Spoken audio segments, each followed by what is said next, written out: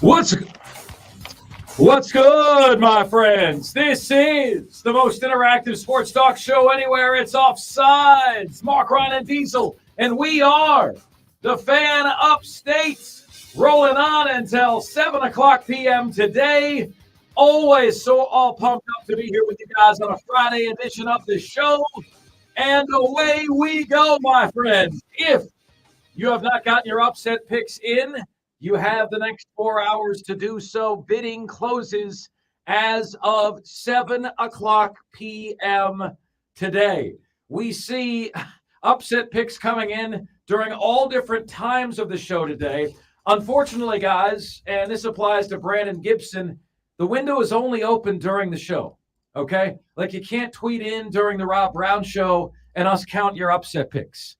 Okay, so you got to make sure you text in your picks between the hours of 3 and 7 p.m. Wednesday, Thursday, or Friday. The final ballot before it closes is this weekend. Is this the end of the show today? Coming up on the show today, we'll get you ready for week 4 already.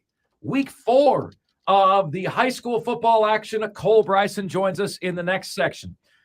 We are going to give you an NFL preview and go inside the numbers for NFL Week 2. Heisman Trophy voter Brent Beard joins us at 4 o'clock p.m. this afternoon with a national college football preview. We will look heavily at Clemson and South Carolina coming up in the 4 o'clock hour, and we will reveal to you our Group of 5 top 5 coming your way at 4:40 p.m. this afternoon.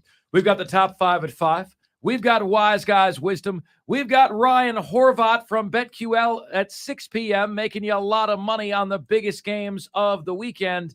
And we have you here on the most interactive sports radio show anywhere. Here's how you guys can take part in the show. You can give us a call at 844-FAN-PHONE. That's 844-FANFONE.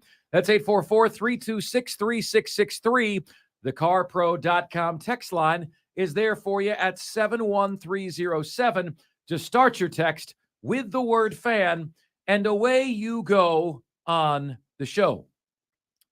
My friends, if you are a South Carolina Gamecock fan, one thing that I do not understand in the build-up to this week is the resignation that Gamecock fans have that this game is going to be a blowout. Now, I have posted a score prediction for you here, okay? Like, I have posted a score prediction thread that I will bring into this show today. Drop us your scores for South Carolina, Georgia via the CarPro.com text line. Now, I'm not here to call you out. I always respect honesty because we always pledge to give you honesty, right? My score for South Carolina, Georgia is Georgia 31-20. Why? Well, I know that Georgia is 86th in the nation in pressure rate. That's not good. And they're going up against a quarterback right now who's on fire. 83% completions, 698 yards passing in 2 games. That's 349 a game. And he has no interceptions. Okay? At the most important position, South Carolina has a sizable advantage over Georgia. Okay? And I'm not sure Georgia's defensive line is a huge upgrade of what South Carolina has up there. I'll say it again. I'm not sure Georgia's defensive line is a huge upgrade over what South Carolina has in their defensive line. No, South Carolina's not good there. No, Georgia hasn't been good there either. Okay? But what gets me, and if you are a Gamecock fan, I'm going to need you to do some splaining to me, okay, is why is the expectation now in year 3 not higher for this game? Why is there just such resignation that, okay, let's get this loss over with. Let's get back to business. Why? So, I mean, really, tell me why. Like the boy band said, I forgot who the boy band is again that said that, but tell me why. Okay. Tell me why that is the case. Because I don't get it. We've chronicled on this show. We've done the research. We've shared with you that coaches usually pop that are going to pop in year 3. What year is this for Shane Beamer? Anyone? Bueller? Fry? Oh, yeah. It's year 3. What have we heard all offseason, every offseason? Look at the recruiting of Shane Beamer. Look at what they've done, winning back-to-back top 10 games to end the year, almost beating Notre Dame in the Outback Bowl. Look at what they've done. Look at what they've achieved, right? So can you guys explain to me, as Gamecock fans, why the expectation isn't higher? Are you guys just lovable losers? Like, what's the deal here? Strap it up. I didn't say strap it on. I said strap it up, get out there, and kick some ass. It's year number 3 for Shane Beamer, for crying out loud. Okay? It's time to get her done. No more excuses. I'm looking at some of these scores, and look, you're too good. Okay, I'm gonna treat you guys like Stuart Smalley treated himself. Diesel, you're good enough, you're smart enough, and doggone it, people like you. Until you guys believe that you're above moral victories, I'm gonna drill it into your craniums, man. Every single day, I'm gonna drill it into your craniums. You're too good for moral victories. However, it is possible to be competitive in this game and have a sense of optimism for what comes down the pike the rest of the season. Now, the last 3 times South Carolina has played Georgia, the margins of victory for the Bulldogs have been 29, 27, and 41 points. 29, 27, and 41 points, okay? That is an average margin of victory of 33 points a game. You are an underdog in this game by 27.5 points. That is a freaking slap in the face. I will be putting money down on South Carolina. I believe that South Carolina is going to be competitive in this one, and frankly, you should too. It is year 3. If Shane Beamer can't be competitive against Georgia in year 3, how long is it going to take him exactly? Like, when is your expectation for this game going to be different if it's not there right now? I say 31-20. Above average Gamecock says 42-17 Bulldogs. Rattler deserves better says 41-13 Georgia. Depressed Clemson fan says 35-10 Georgia. Greg J, 45-9 Dogs. Linktifer says Georgia 28-17. Trey Ald says Gamecocks pull the upset 27-24. That's what I like to see. Pennywise says, let me see here. Well, he has not given a pick yet, but Christian says 42-0. Catherine Gorman says 27-9 Georgia. Wendell Stamp says 38-14. Rocky Tiger sounds like a Clemson fan. 35-24. There's some respect. Cam Smith says 45-24 Georgia. Guys, like, why are you guys resigned for another ass whooping? Remember when we asked the question mark, what score would ultimately be closer? Furman, South Carolina, or South Carolina, Georgia? South Carolina just has to keep it within 26 points. That was the margin of Furman, South Carolina, 26. We did ask that. And 47-21. You're right. You're right. Diesel, I mean, how do you answer that question? Why not South Carolina and why not now? They love their head coach, right? They've got a love affair with Beamer. He represents them. He chose them. The Gamecocks just needed somebody to choose them. And yet you talk to the Gamecock fan base this week in year 3 from Shane Beamer, and it's just the attitude is kind of like, let's just get it over with. It's not going to be pretty. We're not going to enjoy it. They're talking about it like it's a medical procedure. You know what I'm saying? Yeah. Hey, let's get this colonoscopy over with. We'll be fine when it's all said and done. Well, we'll regroup. We'll be okay. Why? We've begged the question, why? Like that meme. Why? The preacher asking, why? 37 times. Yeah. Look, we've had, how many Gamecock callers have we had say things like, well, we just don't have this. We just don't have that. There is a defeatist attitude within the fan base. Not all of you. Before you start, warming up your thumbs to yell angry things at us. Not all of you. Some of you, the vocal minority, seem to have a very defeatist attitude and a defeatist mindset of, oh, we've been through this before. We've felt good about ourselves before, and this is how it happens. Like, fake it till you make it, man. Have you ever heard that phrase? Fake it till you make it. Like, it doesn't mean you have to, be eternal sunshine and say, we're going to win by 21. If you did, I mean, that would be one whale of an achievement. And you should be very, very proud of that. It shows you what your team can do if you're consistent week in and week out. That you can compete with the best of the best with the talent that you have right now and the coaching staff that you have right now. But you got to get over this, we're going to get beat by 30 mentality. Well, let's get to the other thing, Diesel, to open up the show today. And no, Clemson, you are not immune from this discussion either, okay? Because you, Clemson, are a 24.5-point favorite against Florida Atlantic. What does that say, Diesel, about the state of the program? Here's what it says. Georgia is a bigger favorite over South Carolina than Clemson is over FAU. Okay? The Las Vegas bookmakers are just saying F you. They've removed the A. Okay? I mean, think about what they're telling you. You're at home playing FAU. Georgia's at home playing South Carolina, who beat you, okay, within the last 5 games that you've played. And Georgia is a bigger favorite over South Carolina than you are over FAU. That should show you, as clear as day, how far you've fallen, okay? Because it was just a few short years ago when I moved here that Clemson and Alabama were the top programs vying for the gold medal on top of college football, and Georgia was on the up and up, but not yet there. They were making playoff berths. They weren't winning national championships.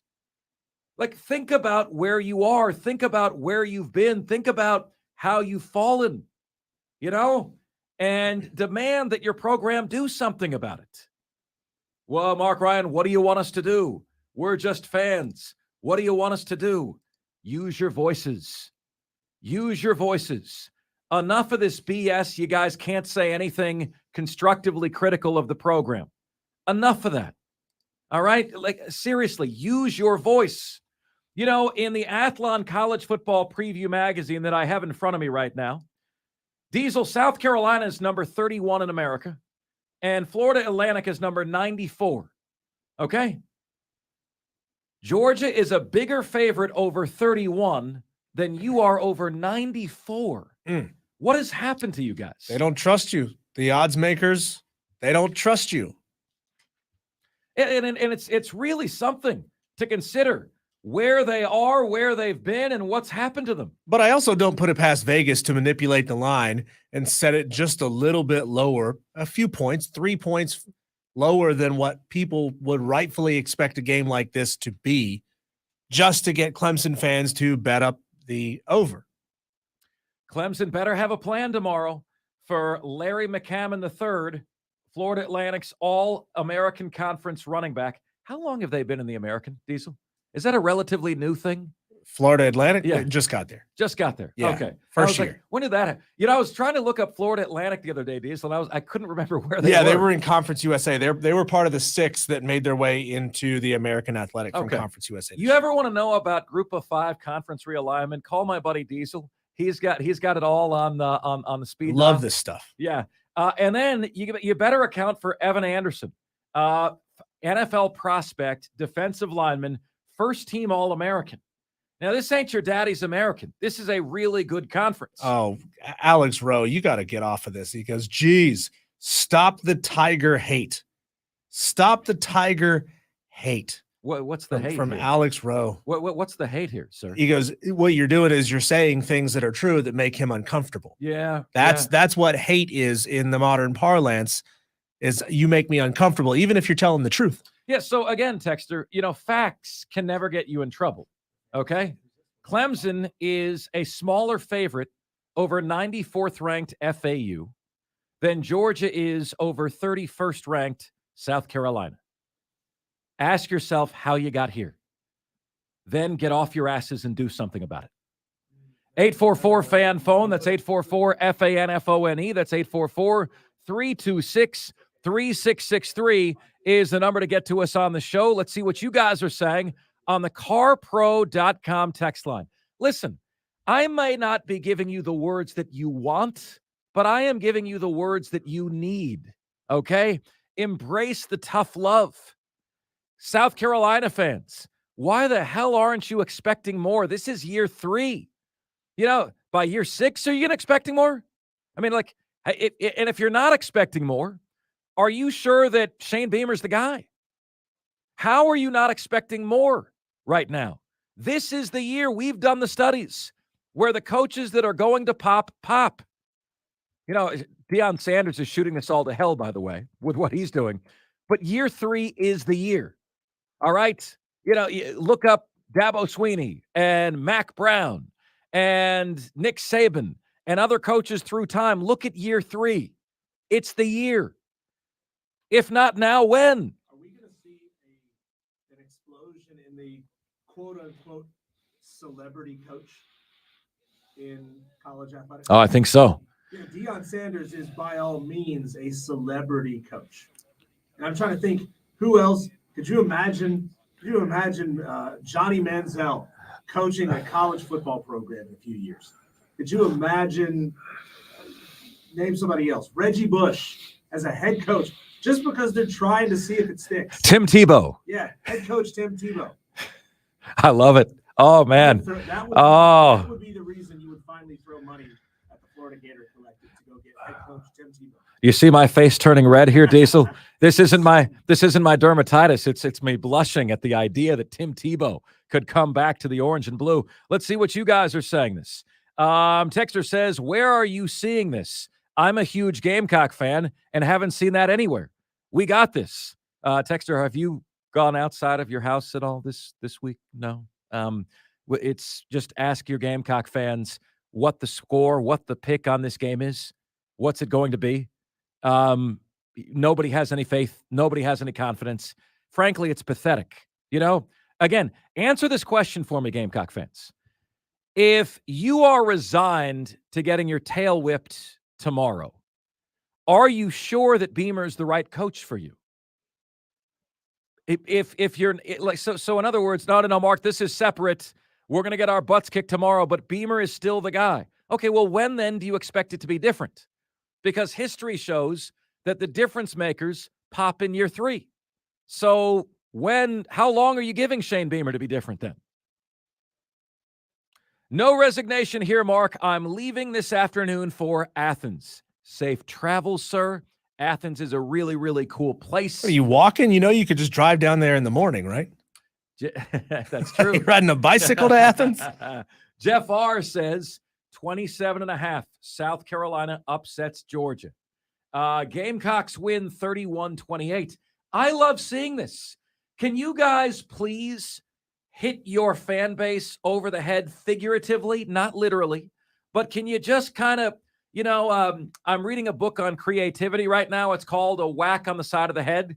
And it's like every once in a while, you got to give yourself a figurative whack on the side of the head to jog your brain to think of new ways of doing things.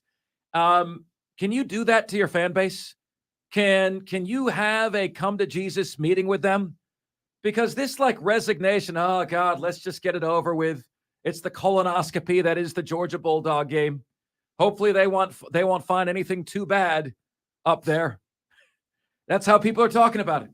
Texter says the last 2 times the Gamecocks have played top 10 teams, they haven't lost. Gamecocks 41-35. See, this is again confirming my belief, Diesel, that the Offsiders are the best. Who are these other Gamecock fans that just have no faith, no trust? It's weak. Texter says, you don't have to preach to us Clemson fans about butt kicking. We dropped the soap. and Duke was standing behind us. Oof. Can I say that on the air? I have no idea. I just did. Texter Nothing says, illegal about it. The defeatist mindset is PMSD, which is text of the day, Diesel. Post-Muschamp stress disorder. That is fantastic, Shannon. That is fantastic. I love it, my brother. I love it. Let's see here. Hey, guys, this is Gary DP. I pick South Carolina to win outright 34-28. Suddenly I'm feeling much better about this. It's okay to have confidence in your team and then lose the game and be like, oh man. Like I think there's a lot of Gamecock fans who want to stave off the embarrassment of being jacked up about their team and then losing the game. Yep. There's nothing embarrassing about that. You are not playing the game, and you are playing the number one team in the country. All right. Coming up next on the show, we will get your calls. We also have an interview with Cole Bryson, getting you set for week 4 of the high school football slate. My friends, we are off and running on a Friday episode of the most interactive sports talk show anywhere. You know, we do a segment on Wednesdays called Truth Serum. It's really symbolic of the whole show. You know, you want the truth, you can't handle the truth. We might not be the words you want, but we are the words you need. All right? Come on, get your heads out of the gutter. It's time to go kick Georgia's ass. I'm Mark Ryan. He's Diesel. It's Offsides.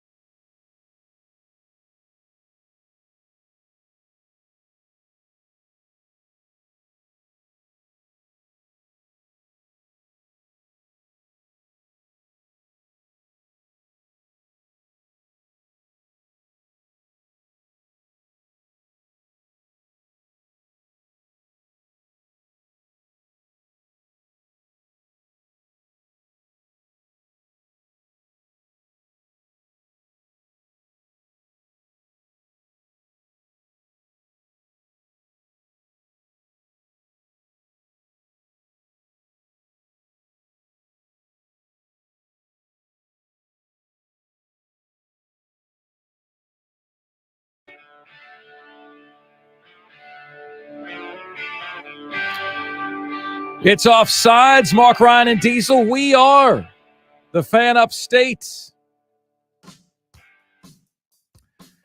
Fantastic to have you guys with us on a Friday edition of the show.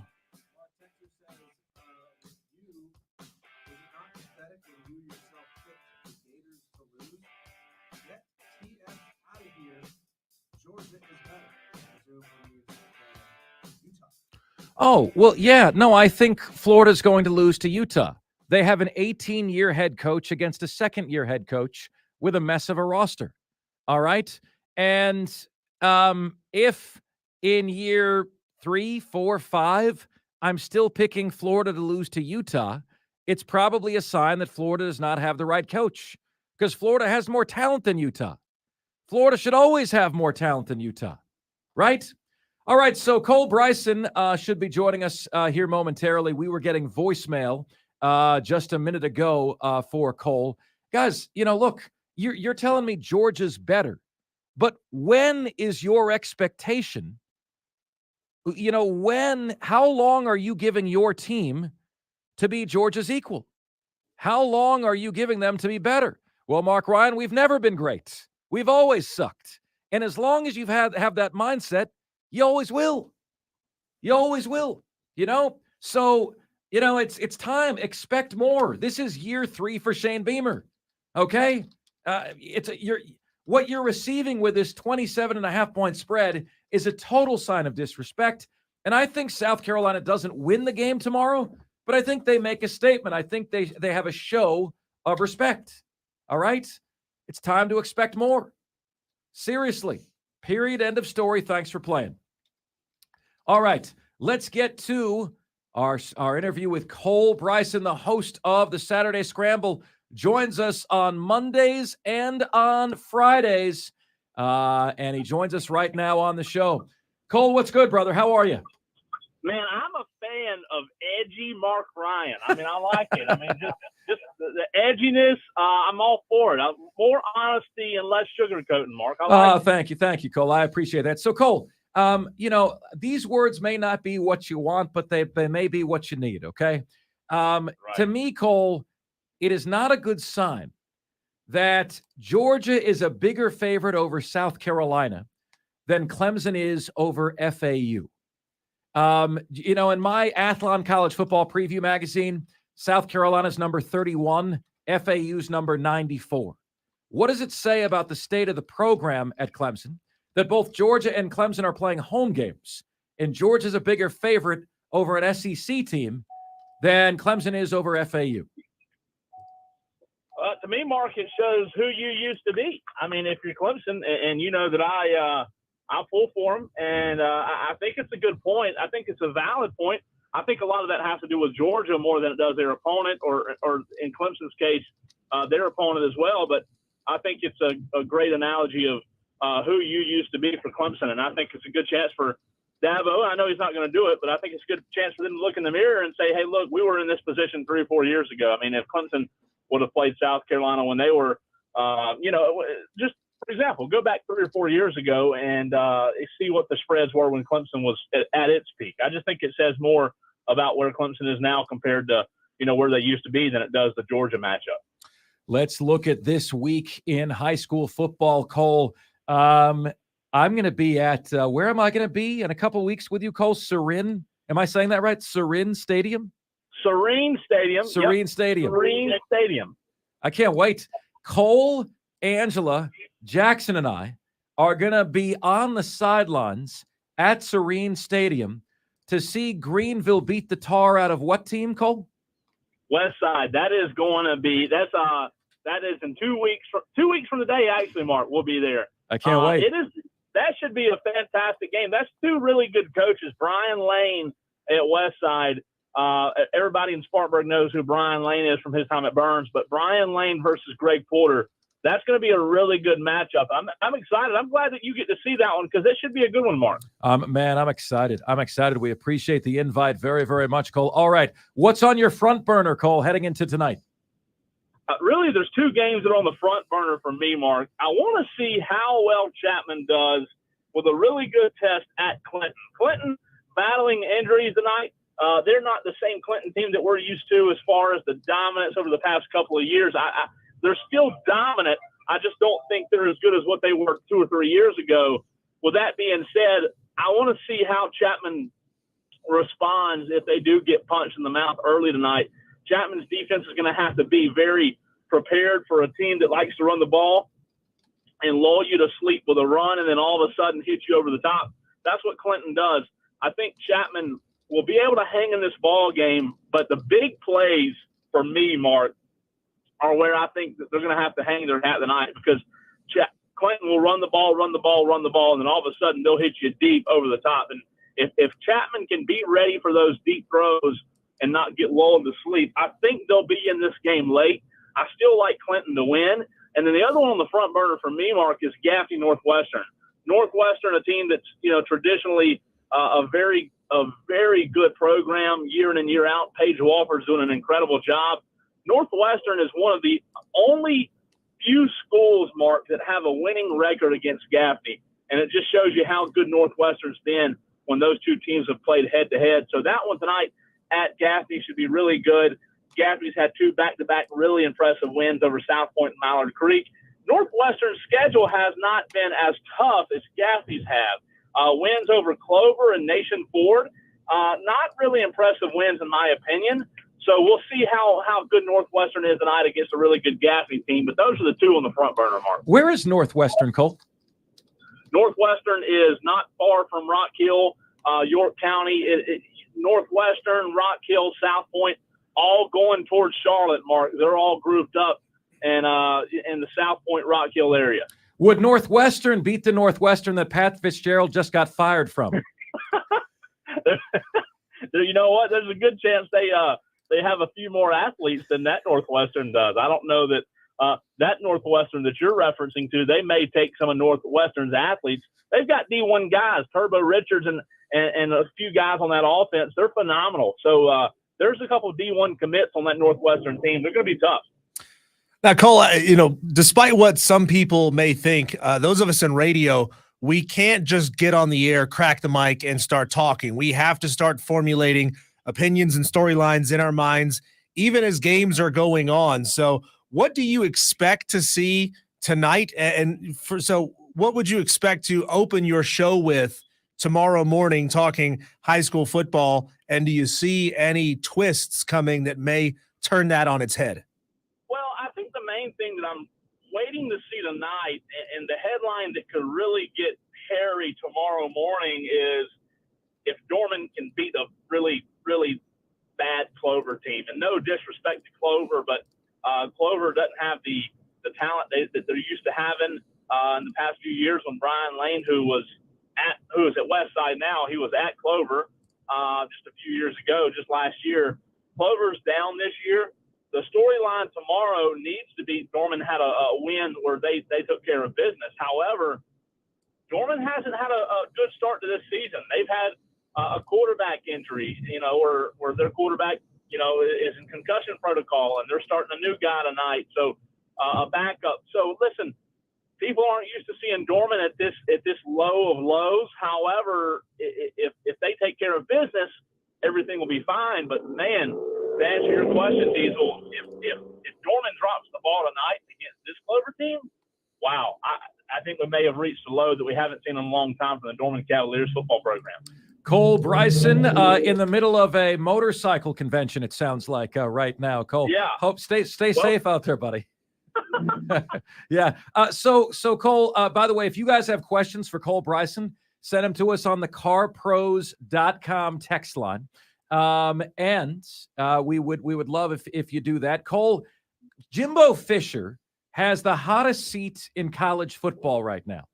I'm going to ask you who's got the hottest coaching seat in the upstate, with the backdrop being that I saw you say a few weeks ago that the problem with the Burns program over the last 6 to 8 years has not been the players. So is that where you're going for the hottest seats in the upstate?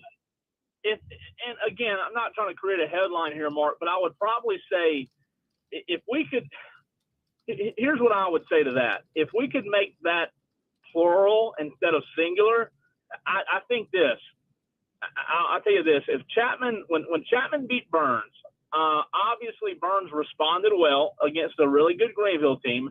However, if Burns would not have responded well, I would say right now that Reggie Shaw and his staff are on the hot seat. The reason I said let's make that plural instead of singular is, Mark, because I just believe that, and this is not just with Burns, but any district, any school, any program, when they expect the level of success that they expect in Duncan with Burns, I think that there's probably going to be more than one change, and it's probably not going to be just the head coach. And you know what? Here's the reality of it.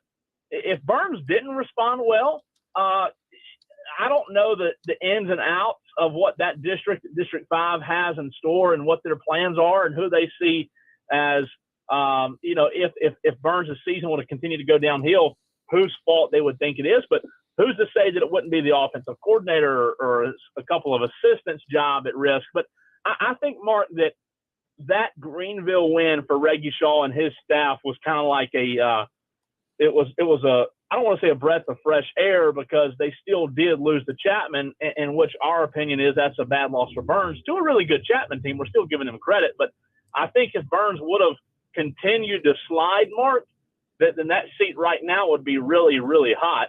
Fortunately, Burns has been on the trend up ever since that Chapman game.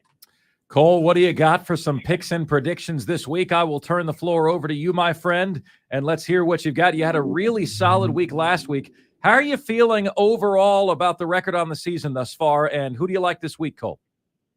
I feel a little bit better. Last week, Mark, obviously a better week for my picks. Let's see if I can continue to improve. I like the one day, like I said last week, I'd like the one day try to get near undefeated, but with me picking so many games, I know that's a daunting and a tall task. There's a lot of good games this week, though. Chesney Woodruff, I like Chesney tonight. I think that should be a really close game. Obviously, Northwestern at Gaffney, I handled on that a minute ago. I think Gaffney wins, but I think it's a very, very close game. I like Chapman to take care of Clinton. I say 10 points or so. The Red Devils, a couple other games going on. Greer at Bowling Springs. I like Bowling Springs by 2 or 3 scores tonight.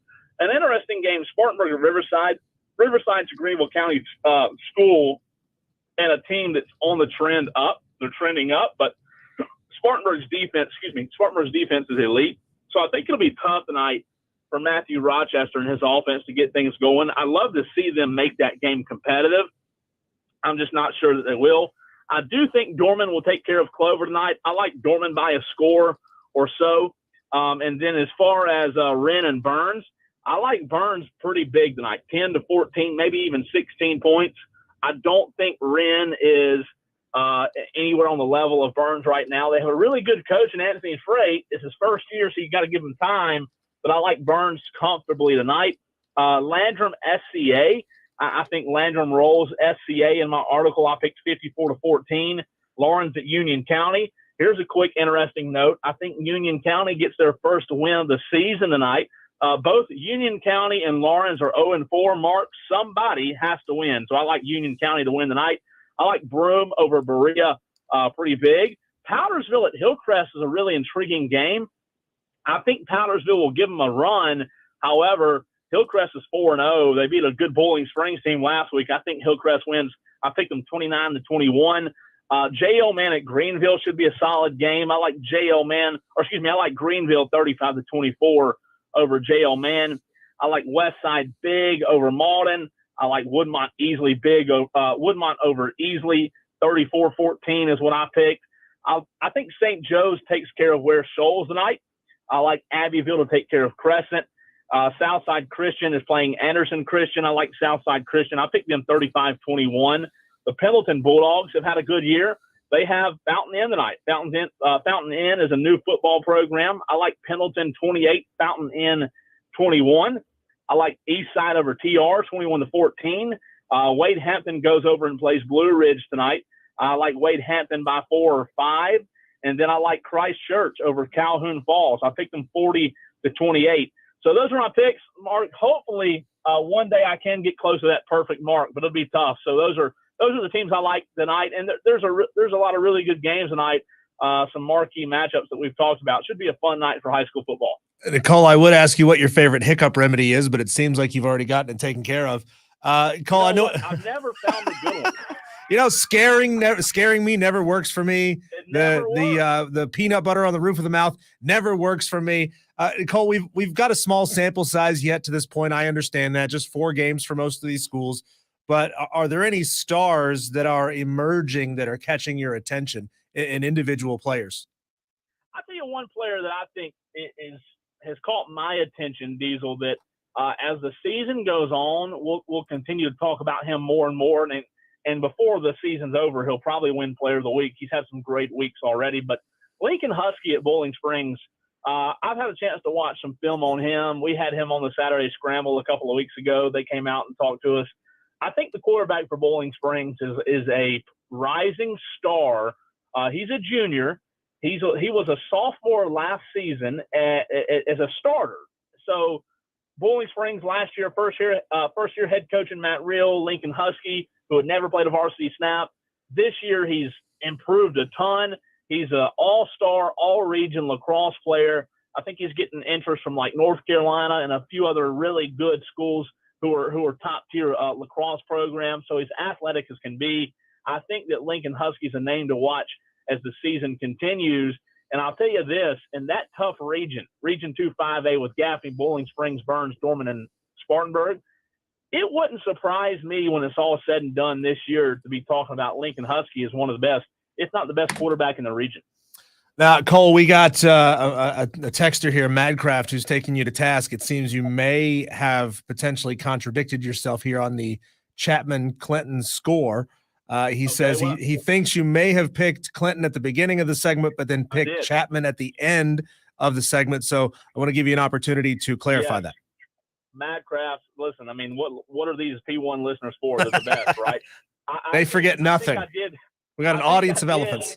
I believe I did contradict. I apologize if I misspoke. I like Clinton to win the night. I almost said Chapman again. I like Clinton to win the night. I'll say it one more time. I like Clinton to win the night. Cole, we got about 30 seconds left. So that one texter says, did he just say Chapman by 10? Cole needs to be drug tested. Listen, the man's allowed to misspeak. Verbal fluency is only 88%, okay? He's allowed to misspeak. I never have a segment where I don't misspeak. Who do you think finishes second in the local 2A conference behind Abbeville, Cole? You know what? That's a great question, Mark. I'll tell you this. I do think it's going to be a tight race. Mark, I'm not prepared to answer that right now. I'll tell you this, a little teaser. After tonight, I'll answer that in the morning for you. You got it. Sounds great. Cole, thank you so very much. Have a great call tomorrow morning on the Saturday Scramble, 8 to 10 a.m. right here on the Fan Upstate. Thanks, guys, and go Clinton Red Devils, right? There you go. There you go. Make sure we got that one right. Hey, Madcraft says, I didn't mean to call him out. Yeah, you did. Yeah, you did. Yeah, you did, Madcraft. Like, you can't put that stuff in front of us and expect us not to ask the question. The other texter said he needs to be drug tested. Good gosh. Let the man make a mistake. Now, you know what that means, Madcraft? It means you got to text into his show tomorrow and show him that you're still his buddy. That's right. That's right. All right, Diesel and I have a group of 5, top 5 to get to right after this. We are the Fan Upstate.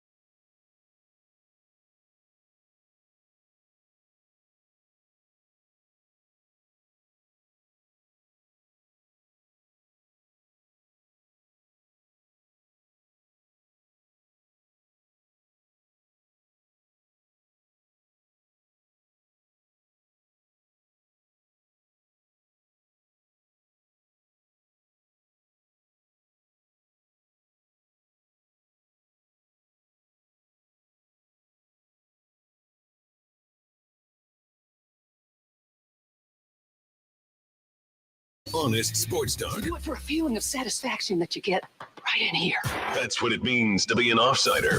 Are you bold enough for truth? The whole truth and nothing but the truth. You can't handle the truth. Then this show is for you. Offsides with Mark Ryan. This is The Fan. Upstate.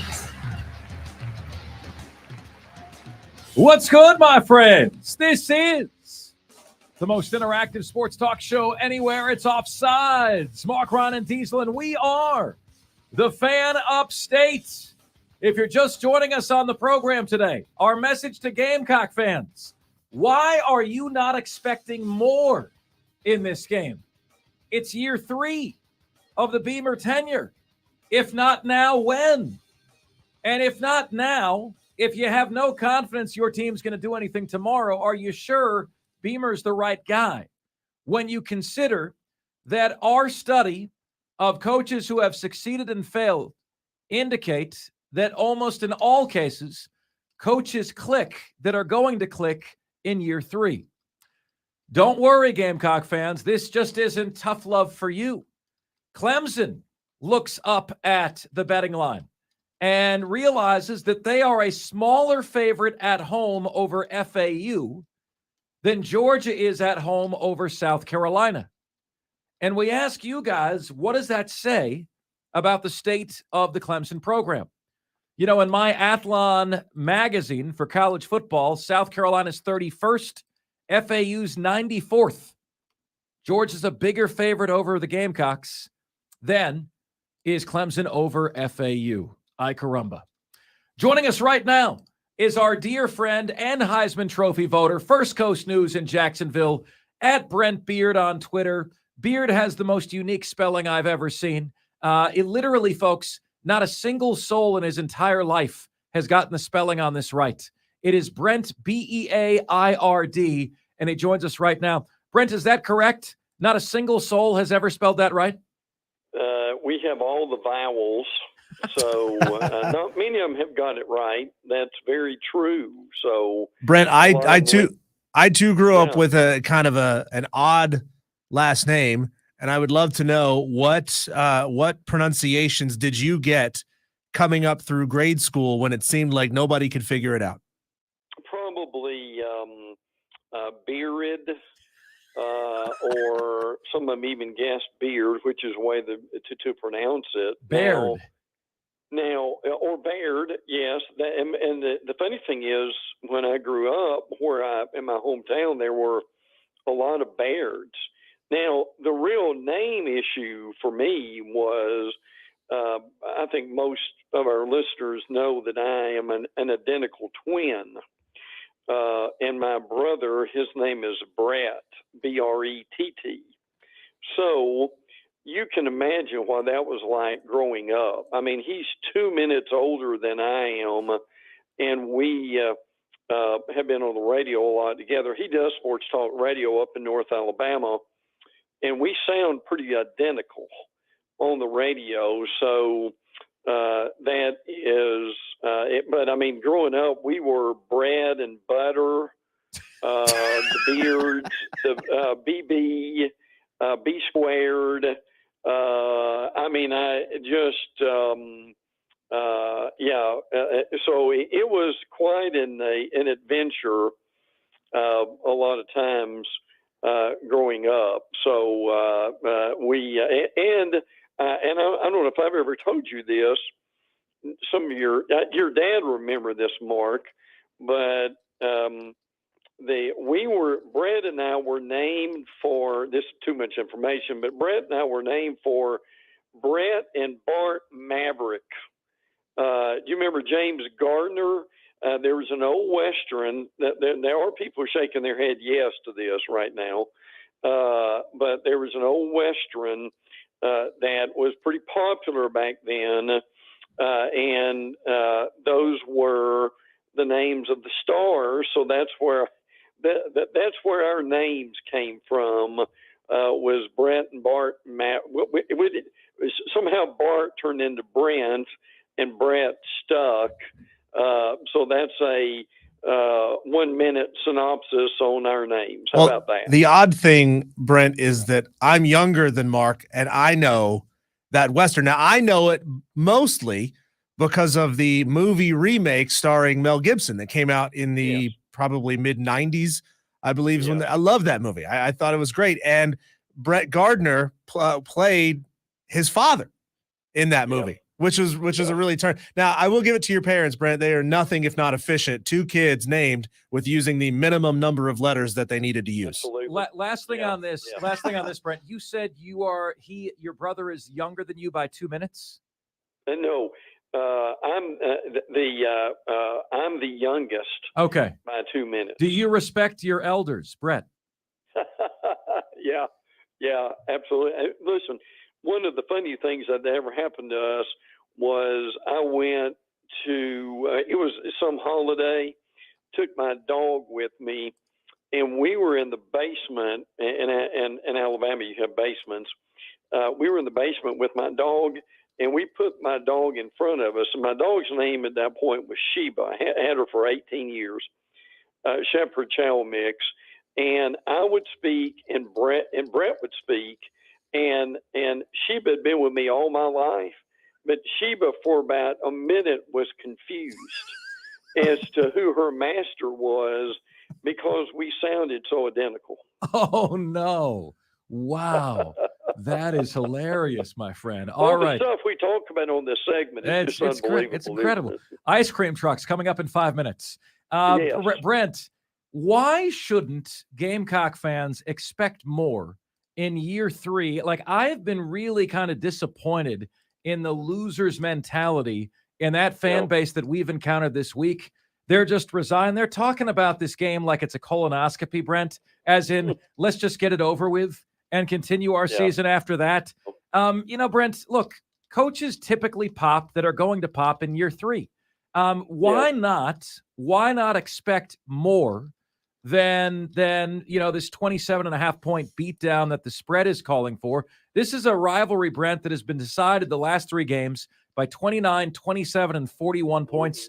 In year 3, shouldn't the expectation be competitiveness? Yeah, sure it should be. And look, to me, the reason you would have hope in this game, and I know this sounds elementary, but it's true. Georgia right now is just bored.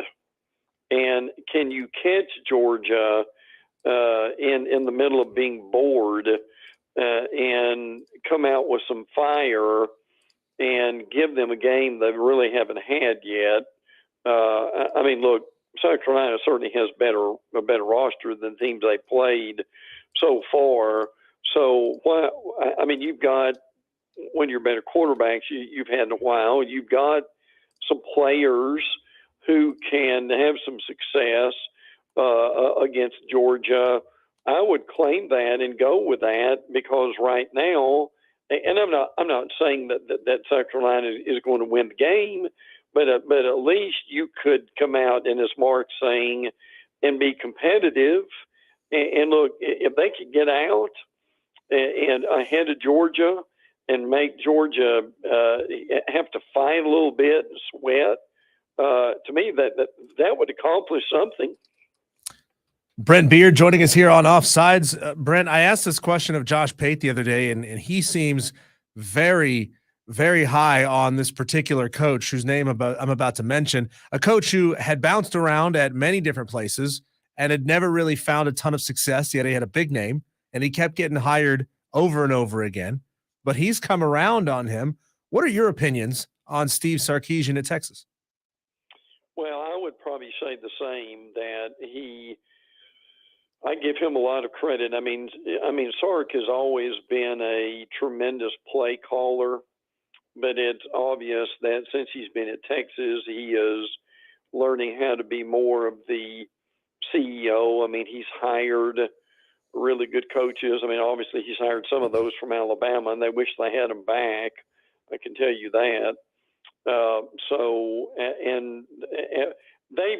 I think they've got more momentum coming into, and this is, again, it's a long season, but I think they've got more momentum right now coming into the SEC than Oklahoma does.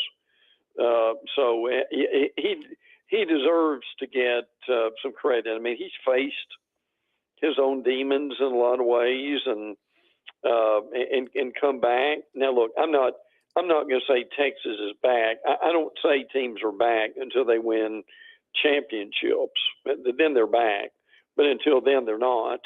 But I mean, they're going in the right direction, and you could certainly tell that from last Saturday night. Brent Beard, Heisman Trophy voter, First Coast News, joining us here on Offsides. Mark, Ryan, and Diesel, the fan upstate. Brent, what is going on with the Alabama quarterback position? Why am I not hearing Ty Simpson's name? And are you surprised that Nick Saban suddenly finds himself in a similar quarterback predicament to the one the Gators are in? Well, if folks haven't heard, the news just broke.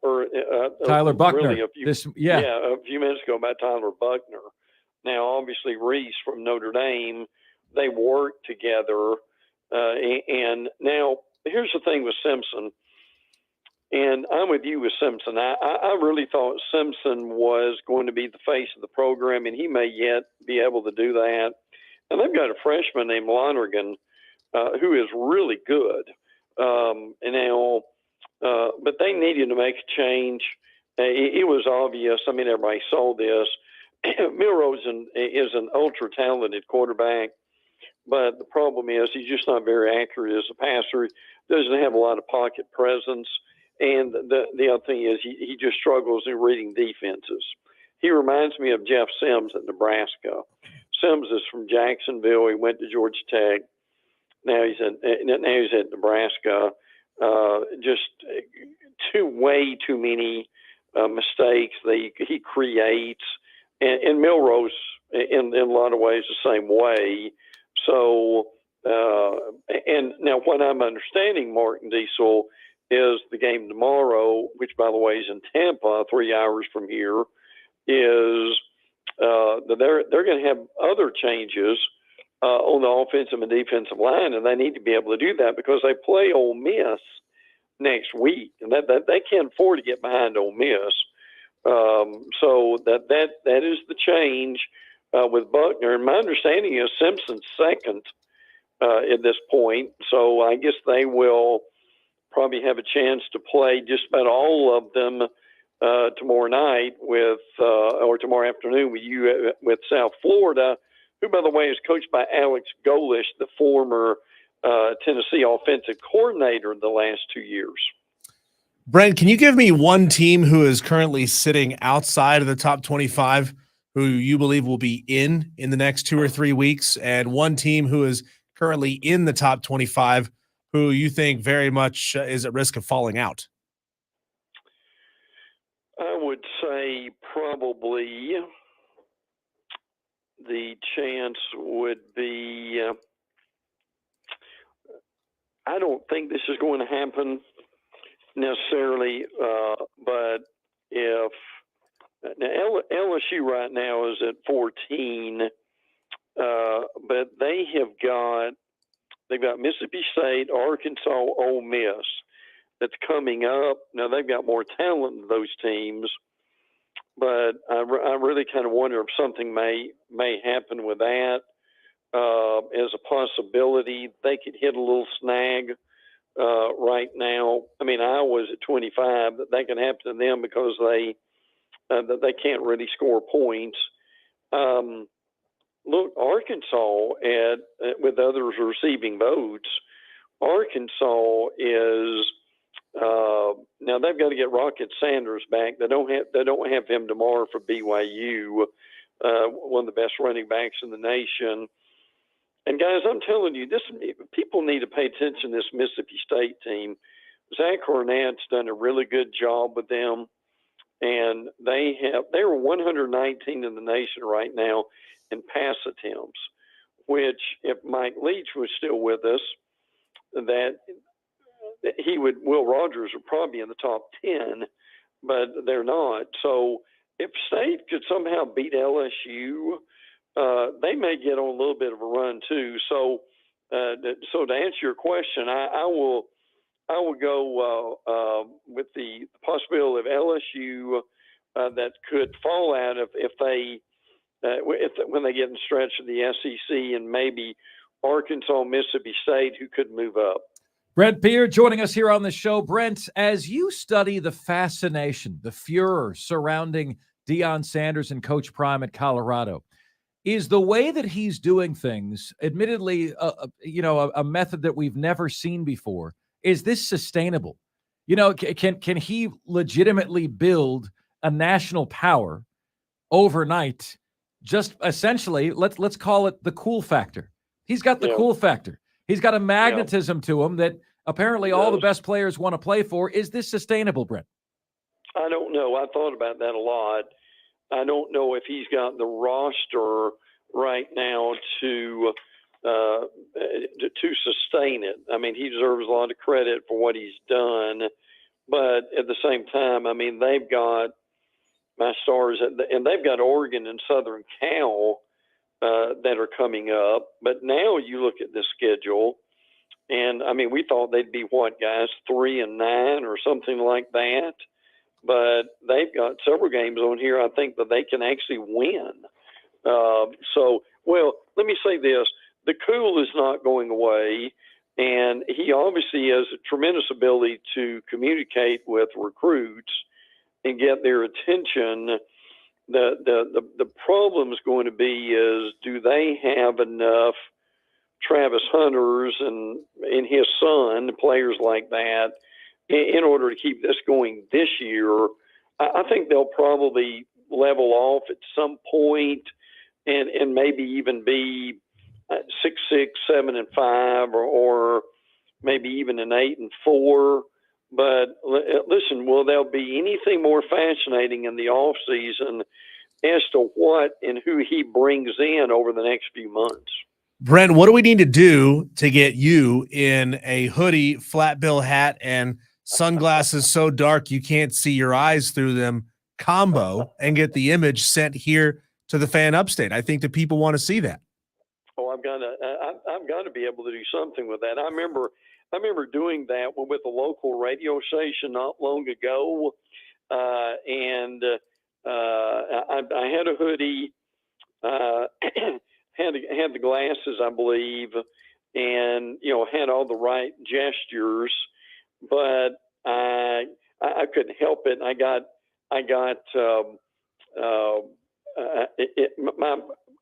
I got tickled, I guess, and just started laughing with it. So, in order for that to happen, I'll have to be very serious with and not smile and be able to send that in and see what the reaction is. How about that? Sounds great. Brent, who is on upset alert this week? My upset pick is Mississippi State over LSU. Yes. You whispered Yes. sweet nothings about Mississippi State. Would you go in that direction?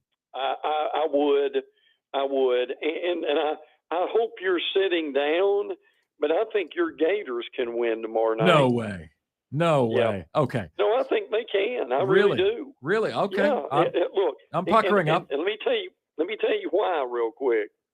Is if they can play consistent football, and I think they can, running the ball and Graham Mertz, I think, can make the routine play routine.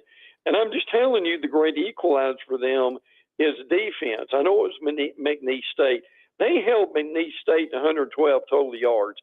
That's hard to do with the kids in the backyard, much less with a Division I or lower division school, so that their defense has been solid.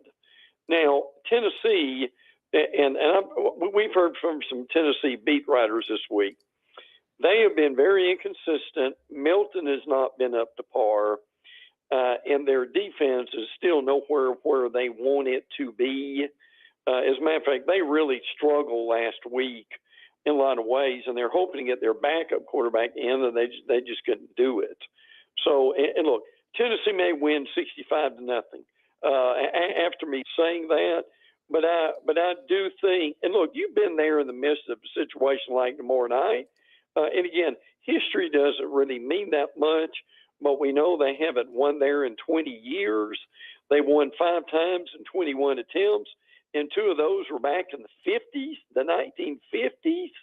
So I think the Gators can give them a game, and if they could get to the fourth quarter in that atmosphere and that crowd, I know crowds don't win games, but the reality is that thing could be a lot closer than people realize. His name is Have Brent. I given you any hope? Oh, for that? yeah. Heck yeah, you have, man. The crowd is going to be juiced. And I just think, Brent, there's a lot of pressure on Florida this one for this reason, is that, if they're going to make anything of this season, this is a game they have to get. Every team has a game like that. The Gamecocks game like that is next week against Mississippi State. If they lose to Mississippi State, they're 1-3. So you can't lose that one. Florida, you look at the schedule ahead, you want to make something of this season, right? And not have fans checking out in the month of September. You got to win this one. And it's, let's be honest, it's somewhat offensive to Gamecock fans that the Vols are a touchdown favorite in the Swamp. Yeah. It's not like they've had a lot of success playing there, right? No. So, Brent, we will be watching eagerly, my friend. We always appreciate having you on. Have yourself a wonderful weekend, sir. And listen, continued health, well wishes, all of the great stuff for you. You've got 50 years left, sir. Well, and I appreciate that. And as I go out, I will quickly say that I went to my dermatologist. They found a precancerous growth on my jaw. They took it off, and I'll get the stitches out next week. But that is why I go to all these appointments. And I'm just saying, as I sign off here, guys and ladies, do not turn those appointments down. Take them, because they very well could save your life. Yes, sir. And Brent, I left it up to you whether you wanted to go there or not, but that is something I've been aware of that Brent has been going through this week, and we think he has the all clear. So that is very, very, very good news. We love you, buddy. Have a great weekend. Talk to you next week. Love you guys. Take care. Thanks much. All right, take care. Brent Beard, Heisman Trophy voter, First Coast News in Jacksonville, on Twitter at Brent, Beaird. Coming up next on the show. I'm sorry, who ran smack at whom? You got to be kidding me with this, right? Oh, yeah. We'll talk some pregame bulletin board material ahead of the festivities tomorrow, next here on Offsides.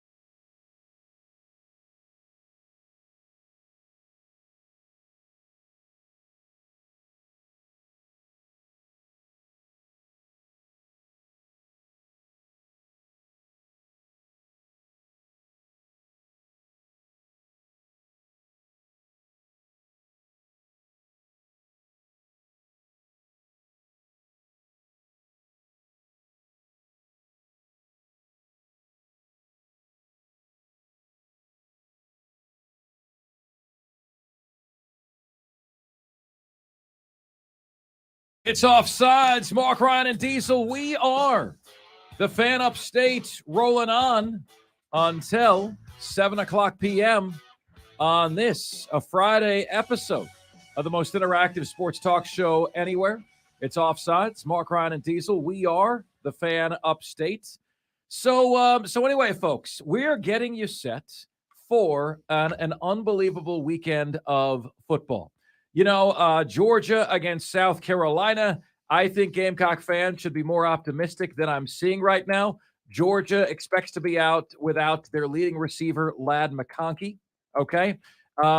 They still have Brock Bowers, right? And he's going to be wide receiver number 1. But also running back Dejon Edwards is unlikely to play. And starting safety Javon Bullard left the Ball State game with an ankle injury. He's not expected to play against South Carolina. On the Gamecock side, they're hoping to get back Juice Wells. He's played. Shane Beamer has been very, very coy about his availability. But the reality is, my friends, he's just not been himself. You know, Xavier Legette has taken the bull by the horns for that number 1 wide receiver slot. And already a few weeks into the season, I never had it on my bingo card that somebody other than Juice Wells would be the number 1 wide receiver on this team. And yet I continue to see massive picks in Georgia's favor. They have won the last 3 games by 29 points, 27 points, 41 points. It's time for Gamecock fans in year 3 under Shane Beamer to up their expectations. It's just time. You know, it is time. Georgia struggles to rush the passer. They are 86th in the nation in pressure rate, right? Going up against a quarterback who has been on fire. He has been a one-man team in Columbia right now. Spencer Rattler has. Why not have some confidence? Who's got the better quarterback in the game, Gamecock fans? You do. You do, right? Look, I understand you're not going to be able to run the football. Throw the ball every single play of the game. Why waste plays? Why run for no yards? If it's not working, throw the football. Juice Wells rounding into form. Xavier Legette blossoming into a superstar. Furman had no answer for Xavier Legette whatsoever.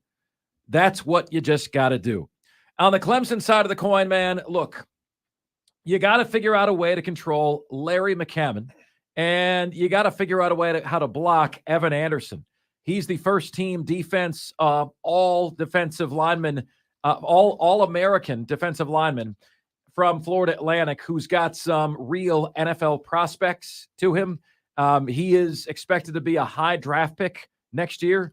American, you might know, is the best group of 5 league. He is a first team All-American defensive end. Got to block him. Got to control the running game. Florida Atlantic wants to run first. And what I want to see from Clemson over the weekend is just a comfortable win where the outcome is never in doubt. You know, if there's 8 minutes to go in the half and it's 13-7 Clemson, you get an X there. You didn't pass, right? I want to see Clemson really put their foot on their throat. I want to feel like in the first quarter that this game is largely wrapped up. Okay? If I'm Clemson, I want to see that, you know, all of the fear-mongering about last week's scuffling around with Charleston Southern, they've answered the bell. They've answered the concerns. That's what I want to see there, right? That is what I want to see. Let's ask you guys this question at 71307. Just start your text with the word fan and away you go. What is one thing we will be saying on Monday about this weekend in college football? Okay? I'll read the best ones that come in on the carpro.com text line. What will we be saying on Monday? Okay? What is your statement that you think we will learn over the weekend, right? I used to do a radio segment on Mondays called What the Weekend Taught Us, right? What will the weekend teach us that we are about to witness, that we are about to see? 844-FAN-PHONE. That's 844-FANFONE. That's 844-326-3663. And The CarPro.com text line is there for you at 71307 to start your text with the word fan, and away you go on the show. Mark, it sounds like Georgia is using load management since they're playing a D3 program. Gamecock fans, are you going to let him get away with that? He just called you a D3 program. Texter says, Mark Ryan, a lot of Clemson fans are also thinking the same way about Florida State. Pisses me off. I'm about to go belly suplex like I do them hogs. So says Johnny Carrots. That's right, Johnny. That's right. Like, why shouldn't Clemson fans expect to beat Florida State? Why wouldn't you expect to do that?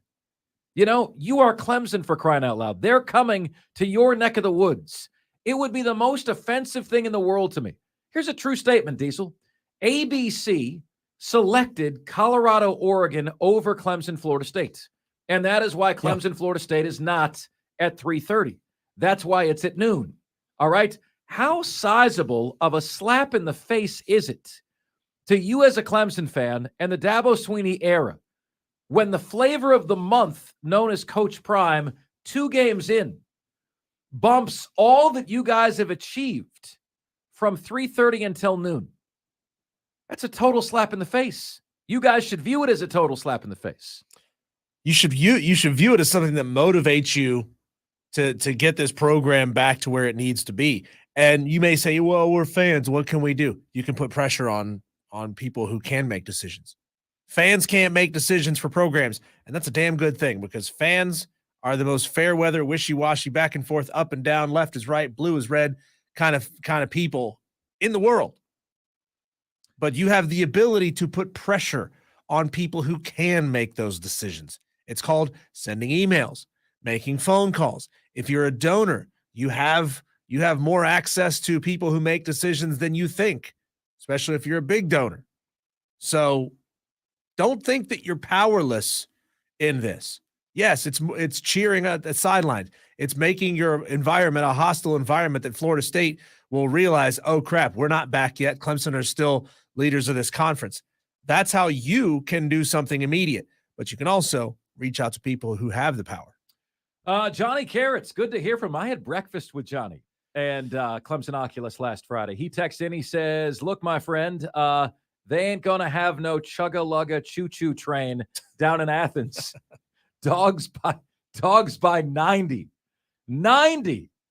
You know, guys, we've asked a very fair question, right? Does South Carolina have a better or worse chance to upset Georgia than Clemson does of beating Florida State? Okay, and before you yell at me for that, according to ESPN's FPI, South Carolina has a 9% chance to beat Georgia. Clemson has a 30% chance to beat Florida State. A lot of that difference is just who's at home. Georgia's at home, Clemson's at home. That accounts for a lot of that difference, 21% difference. But the feeling is, right, that and Diesel, man, here's what I worry about for you and me. Like you and I, and we know all offseason that people are waiting for the season. And our job is to keep them compelled, keep them interested, entertained. We just got to college football season, Diesel. Do you realize that if Clemson gets smoked next weekend, all right, if they get smoked next weekend, and if South Carolina loses this weekend to Georgia, next weekend to Mississippi State, all right, the thing that you and I have, built toward for 11 months, everyone's going to be saying this season is a wash. You know what I mean? It's going to be up to all of us, me, you, Rob, Lonzo, to continue to generate interesting, compelling content out of thin air for another 11 and a half months because everyone in this area is going to feel like their season's over, right? Yeah, and asking that very question, a video in which we asked that very question and had a fantastic answer from our friend Josh Pate, is now the most viewed video we've ever had on our Fan Upstate YouTube channel. So please, if you haven't yet, find us on YouTube, the Fan Upstate. Watch the most recent video that we've posted. It's What If Florida State Blows Clemson Out? And that video is huge, Mark. It's huge. Yeah, so excited about that. Guys, if you haven't signed up, subscribe to our YouTube page yet, what are you doing? What are you doing? Please do. We'd love to have you. Just go to your YouTube app, pull up the Fan Upstate, and if you would hit that red subscribe button, we would be forever grateful, man. Thank you guys so very, very much. Coming up next, some unbelievable bulletin board material from multiple sports in advance of the weekend festivities. That's next. This is the most interactive sports talk show anywhere. It's Offsides. Mark, Ryan, and Diesel. And we are the Fan Upstate. This is Eter Grossmatos. This is Ekam Ikiakwani. Hey, it's Miles Sanders of the Carolina Panthers. You're listening to the Fan Upstate.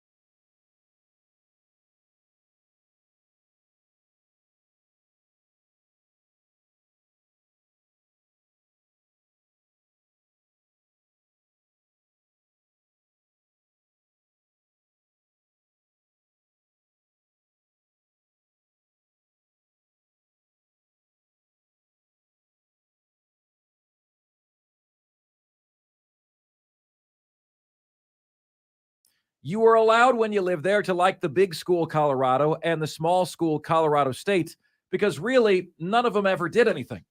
Until I was there, and I accept full credit for this, Colorado won the national championship when I lived there.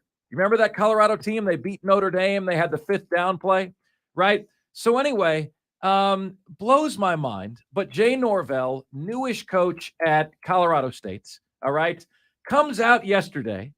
And, it's as obvious that he's talking about Coach Prime as it was when Mark Stoops last year said, we build cultures. We're not a fad. We don't dance around with some stupid sunglasses. It was as obvious that Mark Stoops was talking about Shane Beamer, that Jay Norvell is talking about Coach Prime.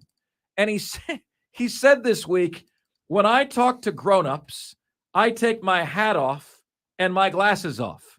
That's what my mother taught me. Score of tomorrow's game, Colorado 103, Colorado State -6. Are you kidding me with this? You're clearly taking a shot at Coach Prime. And of course, Coach Prime had something to say about this as well. Coach Prime realizes who he's talking about. Beamer knew who Mark Stoops was talking about. Here's Coach Prime's retort. I'm minding my own business, watching some film, trying to get ready. Trying to get out here and be the best coach I could be. And I look up and I read some bull junk that Dan said about us. Why would you want to talk about us when we don't talk about nobody? All we do is go out here, work our butts off, and do our job on Saturday. But when they give us ammunition, they done messed around and made it what? They done messed around and made it personal. Now, people are going to try. See, they've never dealt with somebody like Deion Sanders as a head coach of college football. Deion Sanders in this way has some similarities with Donald Trump. You say something negative about him, he'll turn it around on you and use it to his advantage. And Deion Sanders is excellent at doing that. You're right. And he has that Trump effect, Diesel, where, and the irony is, Diesel, those two would probably hate each other. Okay. I'm pretty sure they would hate each other. I heard, Mark, that a radio station in Canada, where I guess their version of the FCC laws are different, they prank called Donald Trump and got through to him as Clint Eastwood. Oh, we need that audio. Yeah. We've got to get that audio. A Toronto-based radio DJ pretending to be Clint Eastwood got through to Donald Trump and had him on the phone for like 5 minutes. Yeah, but if you don't mess with Donald Trump, he doesn't come after you. If you don't mess with Coach Prime, he doesn't come after you. Like, why? That was such a drive-by, idiotic shot by Jay Norvell. So remember, guys, the question is, what was the dumbest shot taken? Okay? What was the most ill-fated shot taken? Also, yesterday, Florida State fans were emailing the ticket department in their booster club, hey, man, I want lower bowl tickets for the Clemson game. The Seminole Boosters Club sent out the following email. Today, we want to follow up regarding your Florida State versus Clemson seat location. In previous years, Clemson Athletics assigned about 1,300 tickets for FSU in their lower-level sections. However, this year, that number has been reduced to 500. The majority of our section will be located in the upper level of Clemson Memorial Stadium. So Florida State fans are bent about this. Oh, my God, they're changing the rules for Florida State. No, they're not. They changed the rules in May because Clemson athletics and Clemson football saw the same problem I did in the South Carolina game. The home field advantage sucked. So they're having fewer road fans closer to the field, which is smart.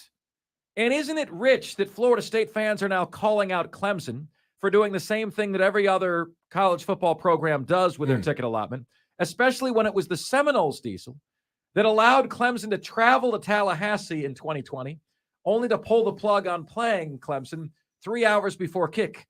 Clemson, to travel to Tallahassee, spent $280,000. That's what it costs a team of that magnitude to travel. That money was never refunded by Florida State University, and now you got Florida State taking shots. We normally have 1,300 seats. Now we only have 500. The hell out of here. Sounds like it could be a little spite and tit for tat. But, yeah, every program in America, every stadium in America gives the worst seats to the visiting fans? Have you, like, when will people figure this out? This is nothing new. It is nothing new. And if it's a stadium that gives up a large allotment of tickets, then they typically break you up into multiple sections so that you can't be loud as a block going down into an end zone. So let us do this. Let us do this, Diesel. The final one, okay? The other night, Atlanta clinched its 6th consecutive NL East crown. Diesel, this one was the most surprising. I haven't said it's the dumbest yet of the three. But on their massive scoreboard, I think it's called Citizens Field or Citizens Bank Park in Philadelphia. On their massive scoreboard, they covered the whole scoreboard. Congratulations to the Atlanta Braves on their 6th straight. And what? No, you congratulate your team What? on a good season. You don't congratulate the winning team. What the hell's wrong with you? What is that?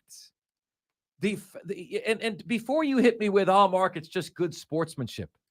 That's pansy BS. Okay? That's part of the softest show. What is this? All the social media teams got to be social media, departments have to be friends with one another. They are your rival. You don't congratulate them on squat. Congratulations to the Braves on winning. It's in Philadelphia. How do you think that went over in the city of brotherly love? This is a city that throws batteries at Santa Claus. Yeah, it became the city of brotherly hate as soon as they put that up there. That was ridiculous. Diesel, of the three, what is the dumbest to you? The city of pansy ass crap. Yeah, that one is the worst. That's the worst. That one is the worst. You don't do that. You don't do that. Congratulations. Hey guys, can you imagine for a moment, Diesel, like our local version of that? Clemson loses at home to South Carolina. On their brand spanking new scoreboard, Clemson says, Clemson University would like to congratulate South Carolina on an incredible performance today. How would that go over? Seriously, how would that go over? You don't acknowledge your rival. The hell you congratulate them, you don't acknowledge them. The only way that you acknowledge them is you post the score on social media. What was it, South Carolina that refused to do that? Yep. South Carolina refused to post the score on social. Everyone posts the score. And Clemson did as well, I think. You gotta post the scores. Yep. You gotta post the scores. That is you owning your baggage. That is a fact. That is what happened. People come to your Twitter accounts to find out information on the game as it's going on and after it's over. You don't have to post anything in addition to that if you don't want to. You don't have to talk about how good the players on the other team were. You talk about how good your players were. Even in a loss, you give the stats and the superlatives of your team, not the other team. Ever. Never. So that's the dumbest one to me. Dumber than Jay Norvell, okay? And dumber than Florida State's boosters. Period. End of story. Thanks for playing. Top 5 at 5 is next here on Offsides. This is Offsides with Mark Ryan. Listen on your computer and tablet at thefanupstate.com. Hey, football.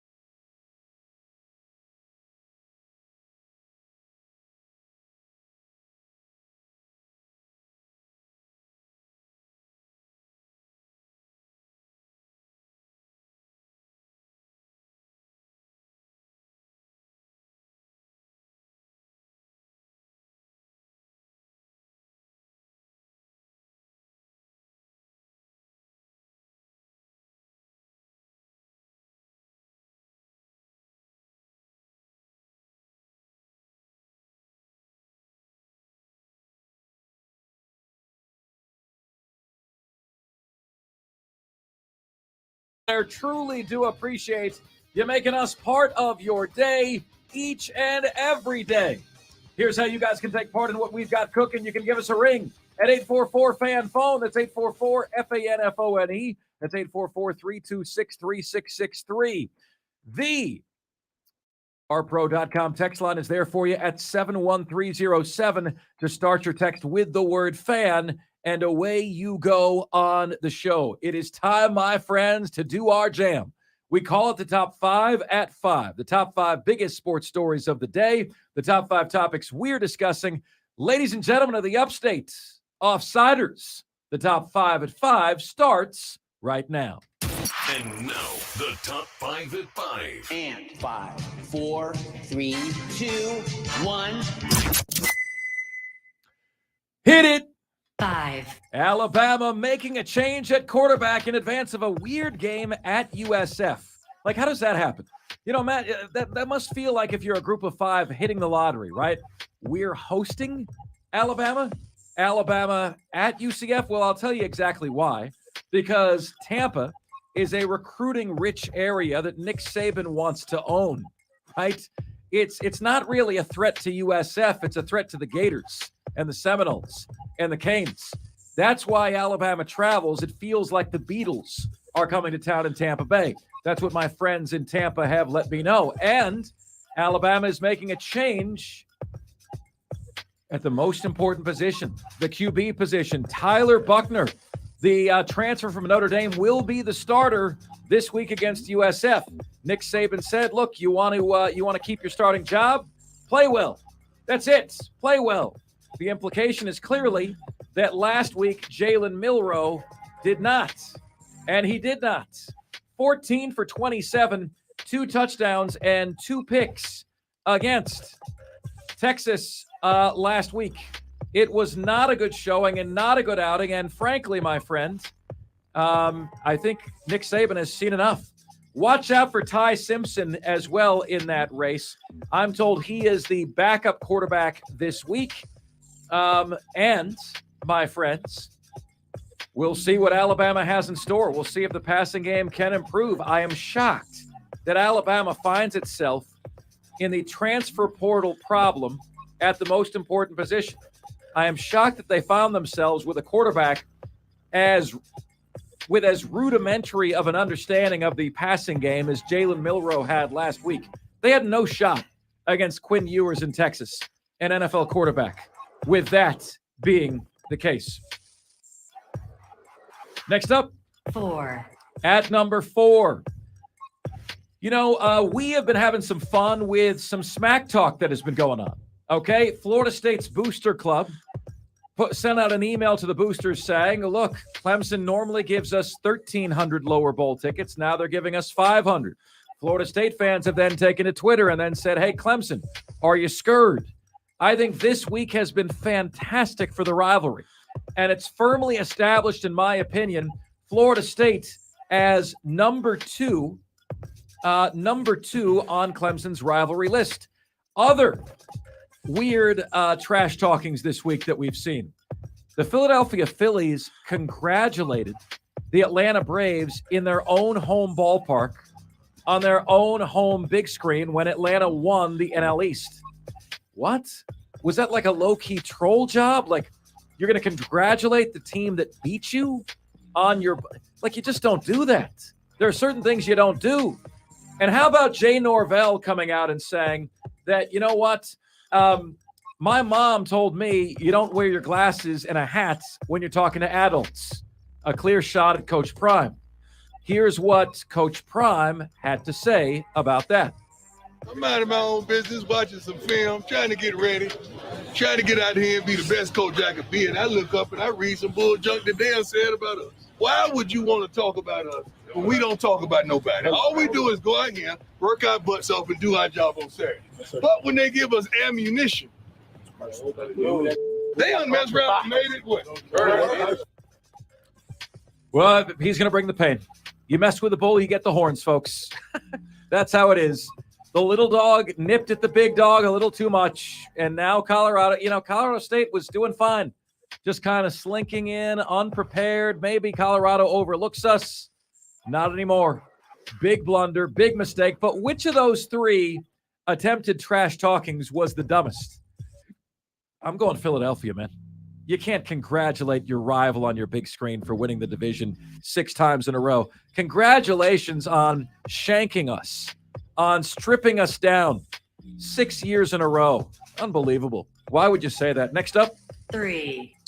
All right, you might remember yesterday on the show, we had a whole segment detailing how the quarterback position has improved by leaps and bounds over yesteryear. And how if you're a guy, an NFL historian who loved quarterbacks of yesteryear, you might have been offended when I said your quarterbacks from yesterday would be nothing today. Nothing.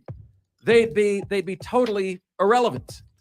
And, well, I gave you the stats that prove that, right? Here they are. The top 6 all-time highest-rated QBs in NFL history are all playing right now. Okay? They're all playing right now.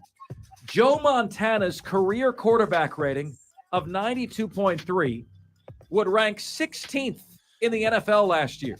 Middle of the pack. Below Sam Darnold. The quarterback rating has always been the same. The formula has always been the same. The difference is the players are playing at a much higher level right now. Well, Dan Marino sounds like he's heard me, because Dan Marino came out and let's just say took a swing, took a swipe, said this. It's all different, but yes, why not? I mean, the best part about this is I'm retired. I don't have to prove it. So yes, we'd throw for 6,000 yards. And the defenses in the middle of my career and then towards the end, and they got a little more complex, and guys do a lot more things now as far as blitzing and changing personnel and all that than I did earlier in my career. Later in my career, I had to deal with it. But it would be a lot of fun. I wish I could. If I had a chance to throw with Jerry and Randy and have Emmitt Smith, I'm sure I'd do it. Yeah, but if the defenses are more complex and there's more exotic blitzes, isn't that harder to throw against, right? For all the folks that say, oh, look, you can't touch quarterbacks anymore and the 5-yard chuck rule. Yeah, the defenses are also more complex than they've ever been, right? The bottom line, folks, is if you took Dan Marino and Joe Montana as they were and put them on the field today, they'd be mediocre. If you took Dan Marino and Joe Montana of yesterday and took them when they were kids and give them the training when they were kids that the Deshaun Watsons and Trevor Lawrences of today get, they might be really, really good. They might still be Hall of Famers. They're the best of their era.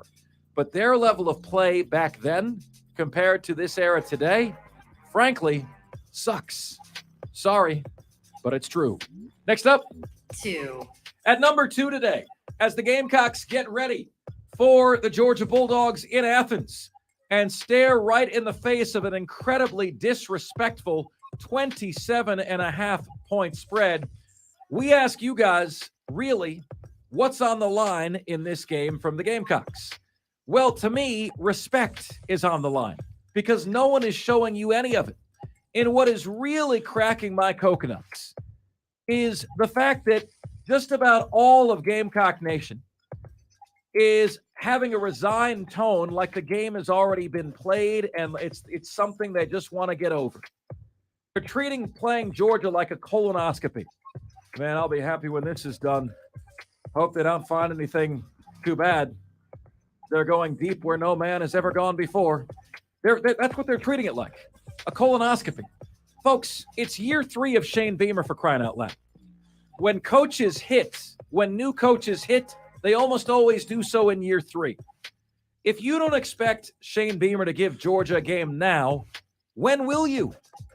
When will you? And furthermore, if you're a Gamecock who expects your team to get blown out tomorrow, are you in effect saying that you're not sure Beamer's the right coach for you?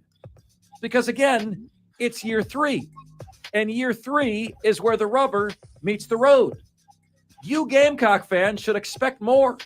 I'm tired of this loser's mentality. I'm tired of the folks saying, I'm a Gamecock, but I'd rather see Clemson lose than the Gamecocks win. That's pathetic.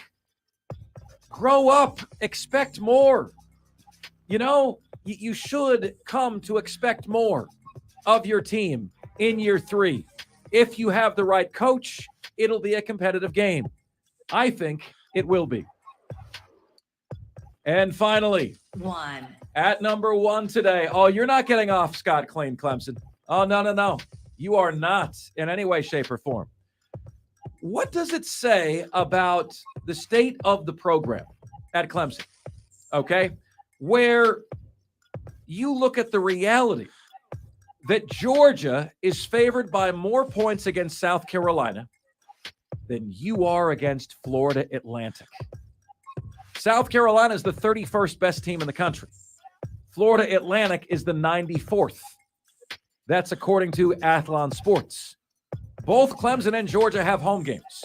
Georgia's a bigger favorite over an SEC team than you are over Florida Atlantic. Folks, what you got to see, what Clemson needs to establish this week is they need to offer hope that they can give Florida State a game next weekend. If we look up in the second quarter, and with 6 minutes to go before half, it's Clemson 13-7 or Clemson 13-10, you got no shot against Florida State. You need to sweep the leg this weekend. You need to put Florida Atlantic out of their misery early, okay? You need to pile it on. You need to make a statement. Thankfully, my belief is Dabo really does have the team focused. But if the focus of the team mirrors the focus of the fan base, Florida Atlantic might actually win this game. I haven't heard a single peep about Florida Atlantic all week. All I've heard is Florida State, Florida State, Florida State. And you know as well as I do, if the team's focus is in the same place that yours is, you're cruising for a bruising. Not only that, but Florida Atlantic plays now in the best non-Power 5 conference out there. They're in the American Conference. You might not have known that, right? They've got a couple first-team All-American preseason performers, Larry McCann the third at running back position, and Evan Anderson, first-team All-Defense on defensive line. Evan is a projected high-round NFL draft pick. You best be ready. You best be ready for this team, man, okay? And you best make enough of a statement to give everyone hope that Florida State is not a game that everyone's going to be leaving early at next week. I spoke to a Seminole fan that lives in the upstate today, and he was telling me that you Clemson fans, are going to be driving home at 1 p.m. In 1 hour of real time, you're going to be driving home from the Florida State game. That's what 864 Noel told me today. Is that all 10 years of dominance buys you? 1 hour of stick-to-itiveness from a fan base?